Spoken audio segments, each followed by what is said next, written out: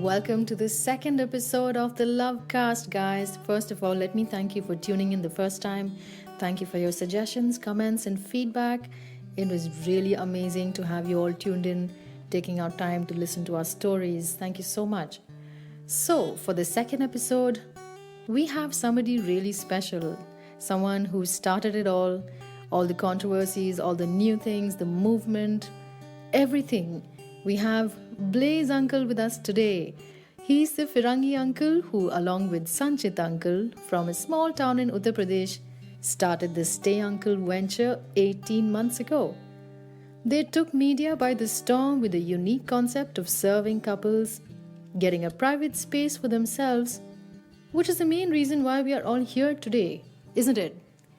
Absolutely, Dikshi, and hello everyone. And I am so super happy to be here today. Thank you all for listening. Thank you again, Dikshi Auntie, for having me around. You're welcome. Thank you for coming and being a part of this episode, Blaze Uncle. So, let me begin with the first question. Why did you start Stay Uncle? When Sanchit and I initially started StayUncle, it was definitely not what it is today. We're basically a bunch of two people who wanted to do something for the business and religious travelers of India who needed a place for short stay but who didn't also want to pay the full price. Instead of paying for 24 hours, let's just make them pay for the actual price of hours they're staying.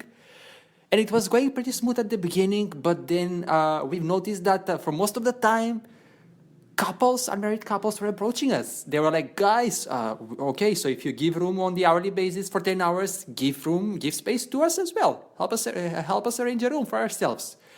And we, just like everyone else, we were also like complacent, part of the madness of the crowd. No, we cannot. Hotels are not allowing. It's against the law. Just sharing the basic sentiment which everyone else did. But as we kept on moving with the uncle, we've noticed that the trend of couples appearing to our doorstep in a way kept on growing and growing.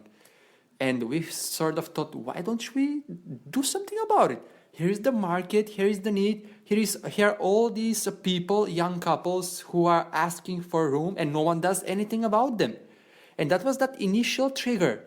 And then later on, when we decided to explore slightly more into it, we saw that the reason why couples are not getting a private space in India are just dramatic, just really senseless. We kept on hearing stories about how they used to meet after, say, 6 months of being apart, and they arrived in the city like Delhi around 12 o'clock or 1 a.m. in the night, and they just hugged each other warmly. And of course, they wanted to spend the night somewhere, not being outside in the unsafe streets of Delhi. But when they actually arrived to a random hotel, they were denied entry because they were requested a marriage certificate, which they didn't have. They're not married. And without that silly document, they were just not allowed to stay. They were like, okay, you have to go out. We can't let you in. And they were like, but sir, it's late night. It's like you're not allowing us. You're putting us back on the street just because we're a boy and a girl together. And the drowsy receptionist was like, yes, that's right. You're not married. It's against the law.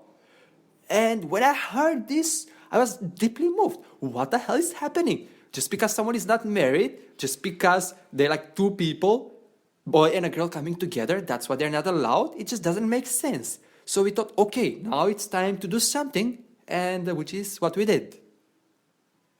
Fantastic. This is such a great move.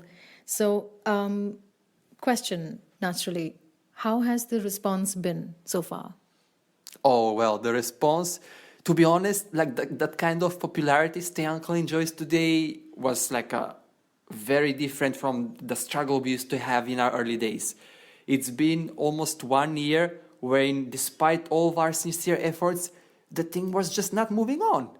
And I, in particular, kept on asking, why is that happening?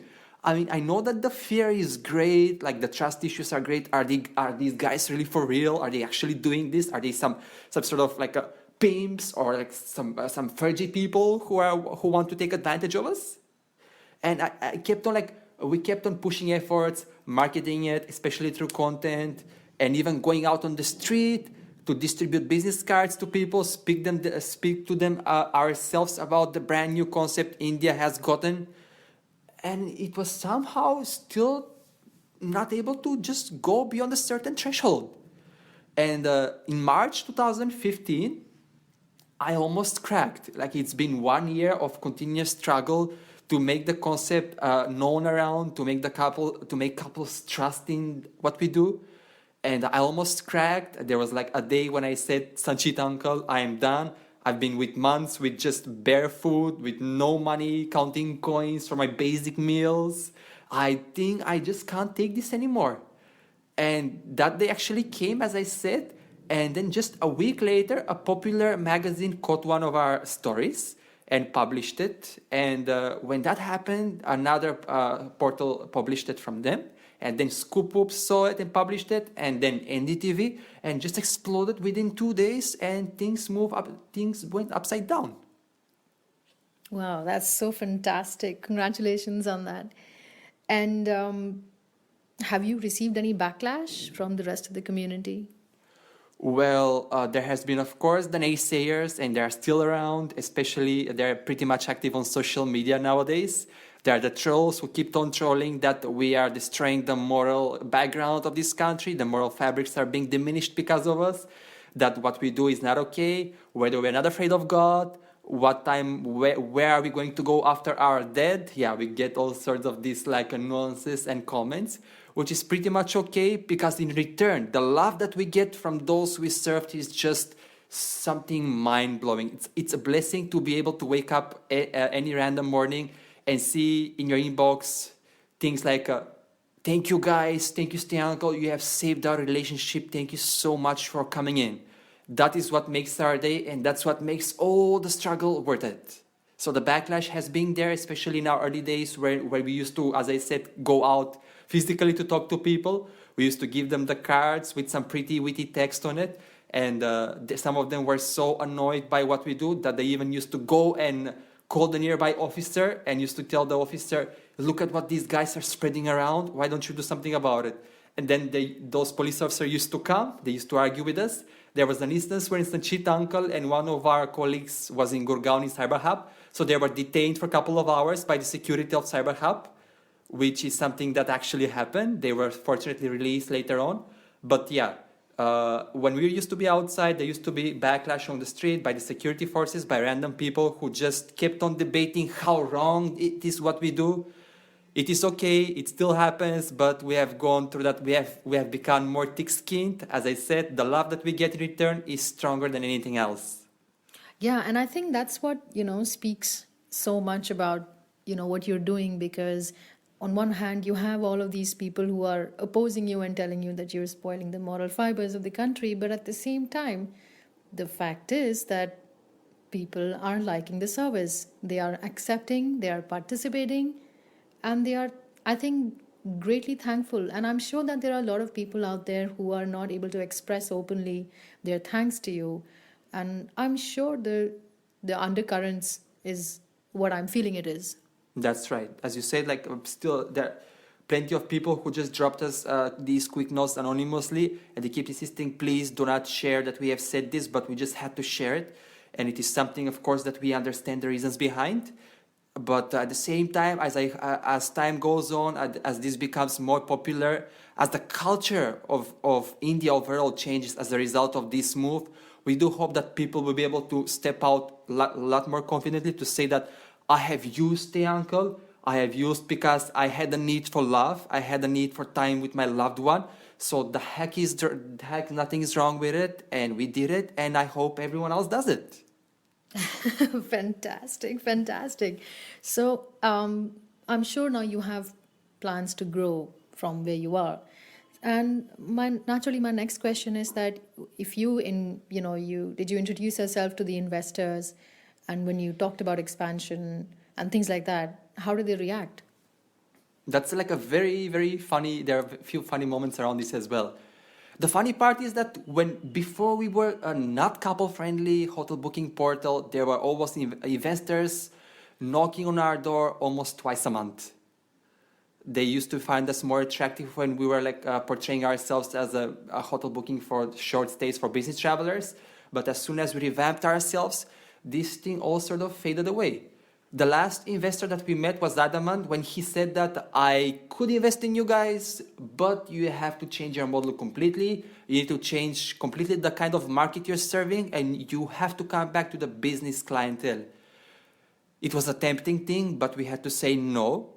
And we did say no. We said, you either accept us as we are, we either accept our mission as it is, and you either love us or the people we serve, or we just bid ourselves goodbye at this particular moment.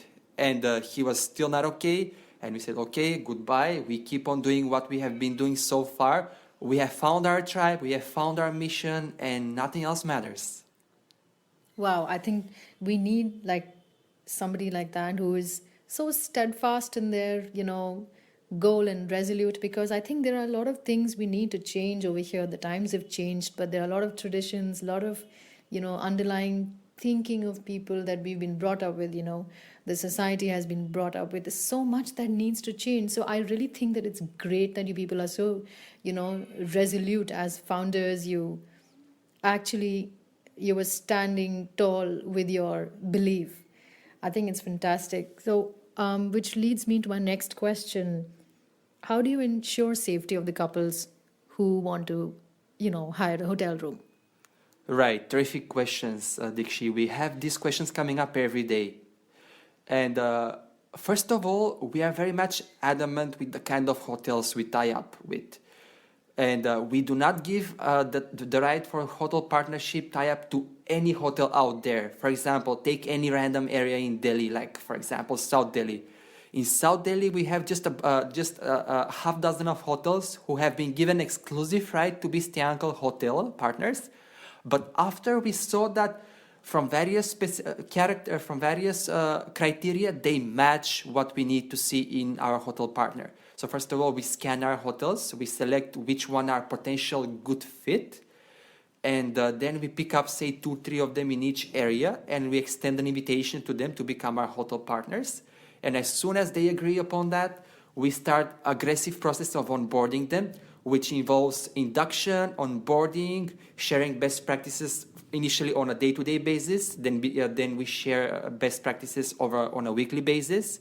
We have our feedback sessions when we exchange what we can do better, what they can do better.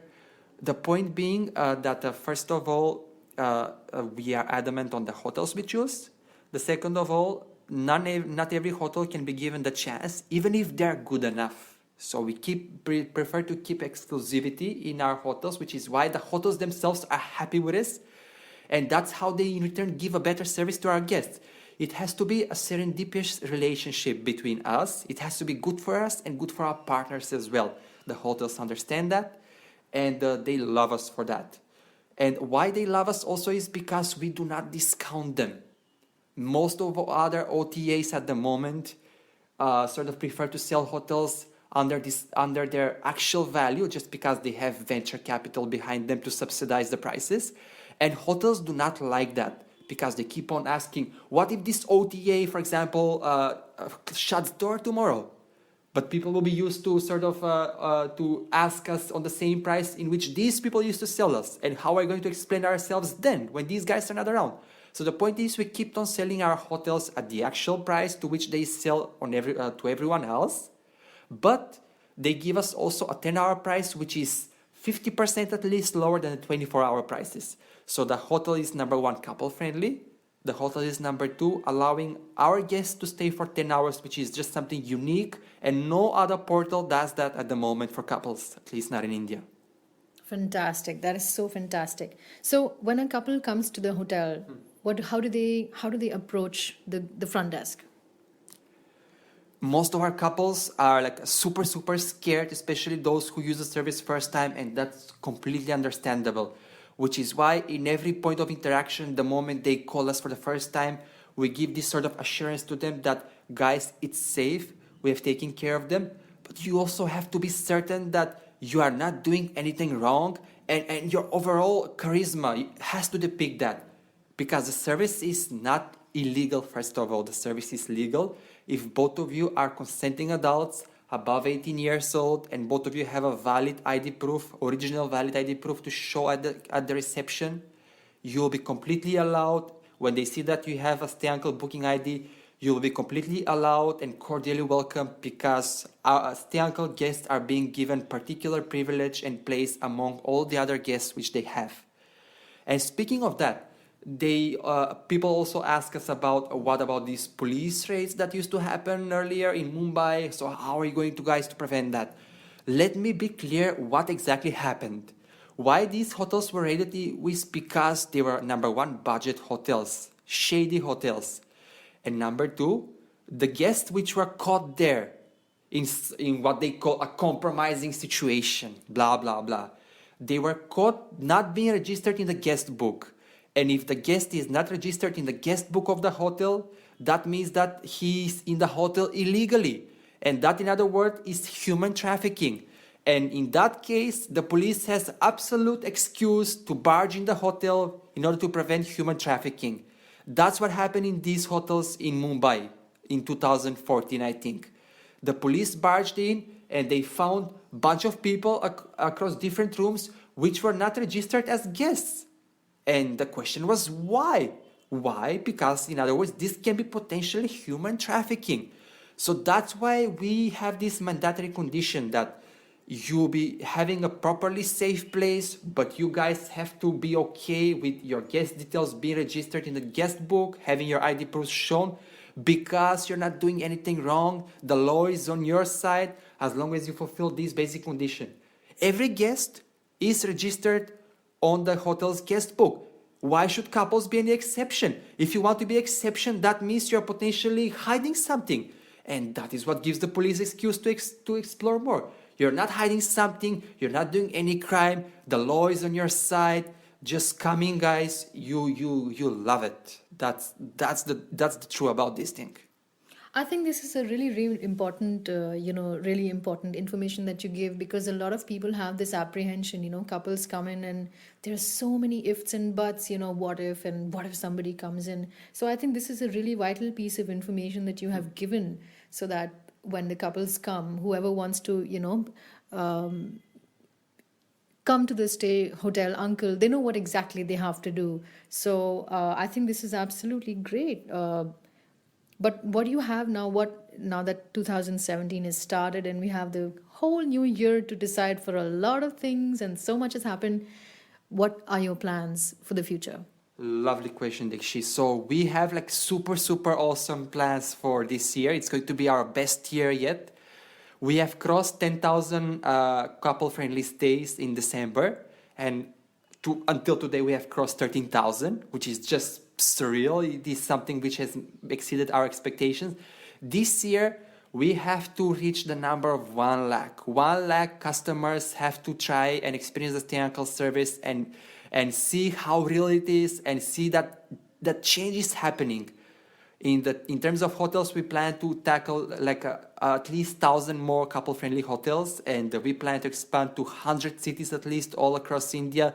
Entire India, especially Tier 2 cities, have to experience the benefit of free-flowing love and understanding, and StayUncle will be here to moderate that from corner to corner. That's what we have in mind for this year. Fantastic. And can you give us a few states where you are already placed?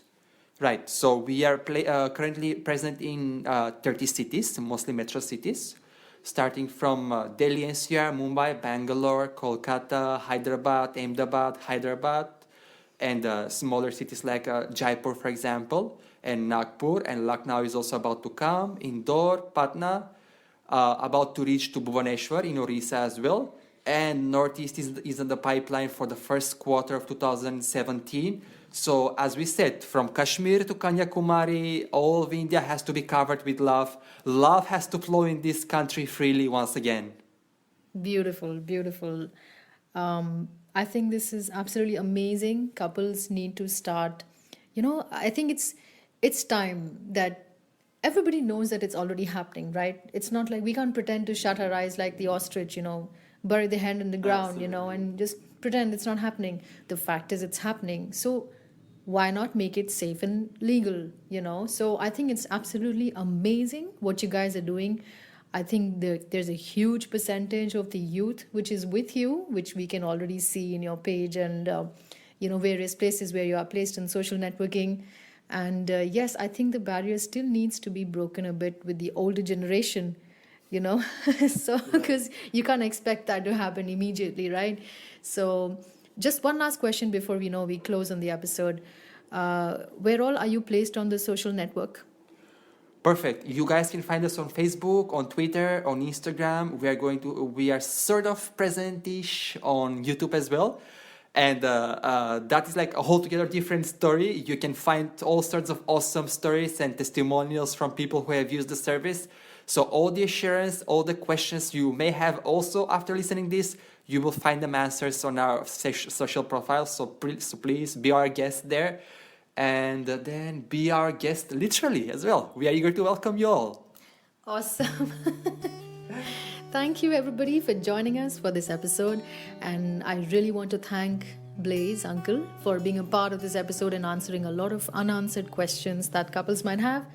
I'm your host, Dikshita Auntie, as we all fondly call ourselves. And see you next time.